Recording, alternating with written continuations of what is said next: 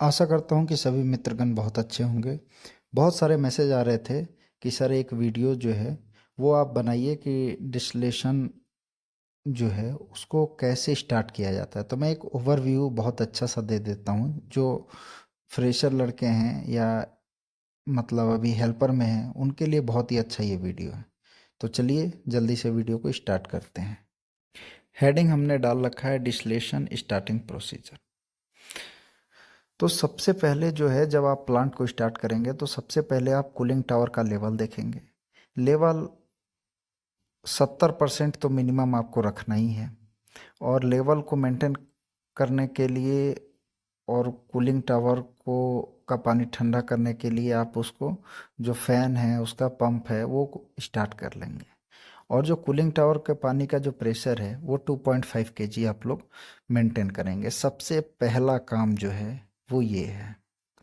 मैं 6 लाइनों में आप लोगों को सारा बेसिक इसमें बता रहा हूँ, उसके बाद एक एक पॉइंट को मैं क्लियर करूँगा। उसके बाद आपको सर्कुलेशन स्टार्ट कर देना है। एनालाइजर कॉलम सर्कुलेशन स्टार्ट करना है। यहाँ देखिए 2.2 मैंने लिखा है। और उसके बाद एनालाइजर कॉलम का लेवल और वैक्यूम उसमें चालू करना है। पहले लेवल देखना है सभी का, एनालाइजर का ही नहीं सभी का लेवल देख लेना है। उसके बाद आपको वैक्यूम चालू करना है। सभी का लेवल देखना है, उसके बाद वैक्यूम आप लोग को चालू कर देना है। आरसी, पीआरसी, एफओसी जो भी है, ठीक है। पहले आपको लेवल मेंटेन करना है, उसके बाद आपको वैक्यूम लेना है। फर्स्ट लेवल, इसीलिए मैंने आपको लिख दिया level first then vacuum. Steam header का जो प्रेशर है आपको वो 3.5 kg होना चाहिए, जो आपको प्रोसेस में आएगा, जो प्रोसेस में स्टीम हेडर होगा। उसके बाद जब ये आ जाएगा तो आप लोग को कॉलम में स्टीम लगाना चालू कर देना है। और स्टीम का जो टेम्परेचर होगा वो 150 degree Celsius to 170 degree Celsius होगा। Steam pressure 3.5 kg। तो ये सारी चीज़ें आप लोग को मेन मैंने ये एकदम बिल्कुल शॉर्ट में बता दिया कि यही चीज़ बस होता है। इसको समझने वाले समझ गए होंगे जो क्रिया बनता है। अब मैं थोड़ा आप लोग को ब्रीफ में लेके जाता हूँ। देखिए 2.1 जो मैंने लिखा है, start circulation of all calandria analyser PRC. Mainly ethanol हम बनाते हैं तो उसके लिए मैं आपको लेके बना रहा हूँ। ईएनए का नहीं है, ईएनए में और भी थोड़ा कार्रवाई होती है। तो सबसे पहले जैसे ही आपने मेंटेन कर लिया कूलिंग टावर का लेवल वगैरह, तो इसको सर्कुलेशन में डाल देना है।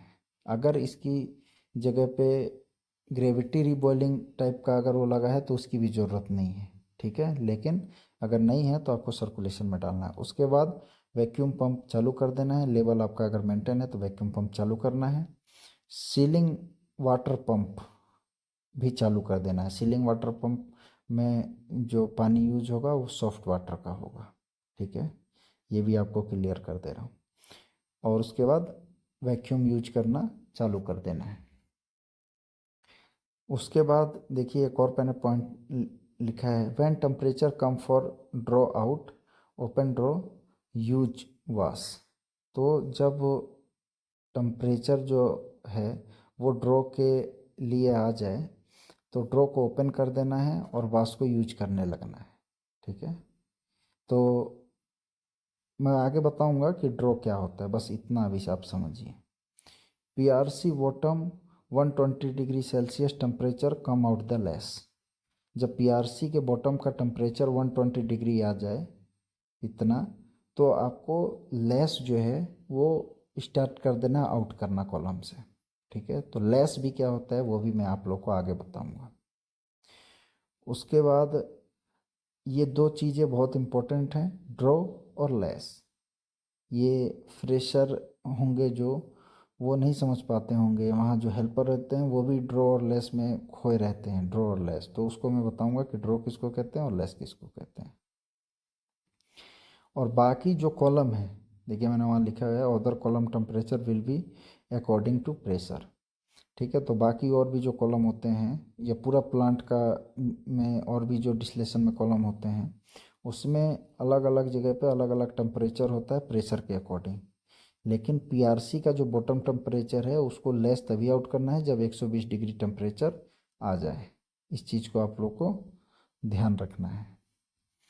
अब देखिए और आगे आप लोग को बताता हूँ। For reboiling the PRC column circulation will start always. ठीक है, पीआरसी कॉलम का रीबॉइलिंग के लिए सर्कुलेशन जो है वो हमेशा स्टार्ट रहता है। For take the steam into column. ठीक है, तो रीबॉइलिंग जो है पीआरसी कॉलम का सर्कुलेशन स्टार्ट रहेगा और स्टीम तभी कॉलम में लगेगा। अगर रीसर्कुलेशन स्टार्ट नहीं है रीबॉइलिंग में पीआरसी के कॉलम के, तो स्टीम जो है वो कॉलम नहीं लेगा। ठीक है, तो for reboiling the PRC column circulation will start always, और दूसरा रीबॉइलिंग के लिए, और दूसरा है कि स्टीम वो तभी लेगा जब ये सर्कुलेशन में रहेगा। ठीक है, अब लेस, लेस क्या होता है? तो लेस जो है दोस्तों वो है moisture of PRC column after vaporise. तो ये जो होता है ये मॉइस्चर होता है, एक तरीके से पानी समझिए। ठीक है, वाटर ड्रॉप समझिए, तो ये इसी को लेस कहते हैं। तो एक चीज़ मैं और बता दूं कि इससे आप डिस्टिलेशन नहीं सीख पाएंगे, लेकिन एक ओवरव्यू आ जाएगा। ठीक है, और जब आप काम करेंगे 3 महीने काम कर लेंगे 2 महीने, तो ये वीडियो आप लोग को देख के मज़ा आ जाएगा। तो ये आप लोग को ध्यान रखना है, इससे आप यहाँ सीख नहीं रहे हैं, यहाँ मैं एक ओवरव्यू दे रहा हूँ। जो इस वीडियो को आप देख लेंगे तो बहुत ही चीज़ें आपके लिए आसान हो जाएंगी।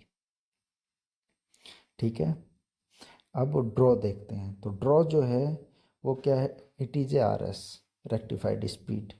तो ड्रॉ को, आर एस को ड्रॉ कहते हैं। तो जो ड्रॉ आउट करना है वो आर एस को आउट करना है। एक मैंने नोट लिख रखा है, उसमें बताया है कि temperature for every plant is different. Her plant के लिए टेम्परेचर डिफरेंट होता है। अगर प्रेशर हम लोग 1.93 kg मेंटेन कर रहे हैं, तो ड्रॉ जो टेम्परेचर है वो 107 से 108 होगा। पीआरसी बॉटम टेम्परेचर जो है वो 135 टू 136 होगा। अगर हम दूसरा प्रेशर लें 1.5 या 1.4 kg हम प्रेशर रख रहे हैं, तो उसका ड्रॉ जो है वो 92 टू 93 डिग्री सेल्सियस होगा। और पीआरसी का बॉटम टेम्परेचर 124 से 125 डिग्री सेल्सियस होगा। तो हर किसी का अलग अलग होता है, तो इसी के अनुसार आपको देखना है क्या है। इसीलिए मैंने एक नोट में एक एग्जांपल भी आप लोग के लिए डाल दिया।